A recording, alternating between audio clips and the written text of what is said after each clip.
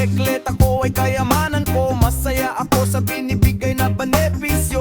Madalas ito ang sentimiento, kaming mga kapos na padyakerero. Bago nagkaroon ng libangan ko ganito, marami ang pinagdaan ng sakripisyo. Nangungupit sa sweldo ko, nagtatabi ng 5-5 at para makaipon tinitipid ang pagkain ko. Nagrereklamo ang asawa ko, mas importante pa daw ang pagbili ng bisikleta ko kaysa sa sustento ko. Di niya alam dugo at pawis ang puhunan ko para makabili ng luho ko.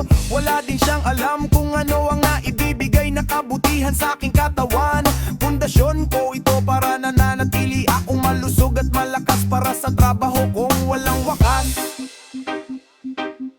Yeah boy, yeah boy, yeah boy, yeah boy, yeah boy, yeah boy, yeah boy.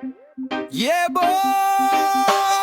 Sa magbabae, maglasing o magsugal, dito na ko sa ehersisyo na ang stress ko'y nakakatanggal. Kaya magpapatuloy pa rin ako sa pagpedal. Yeah boy! Hindi ko ipagpapalit sa anumang bagay.